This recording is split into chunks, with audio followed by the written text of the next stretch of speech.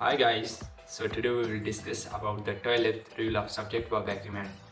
So here are some plural nouns which are commonly misspelled as a singular. For example, pants, trousers, knickers. They are singular but plural in sense. Okay, so what's the trick to remember these kind of words or nouns? So number one thing which you have to keep in your mind is that any noun which is unseparable, like spectacles, your glasses.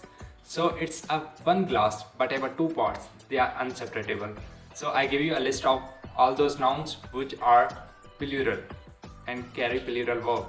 Article of dress which are unseparable, like pants, pajamas, shorts, trousers, knickers. Instrument which have unseparable parts, like scissors, compasses, forceps, talks, bodies, line, part of games, billiards, dominoes.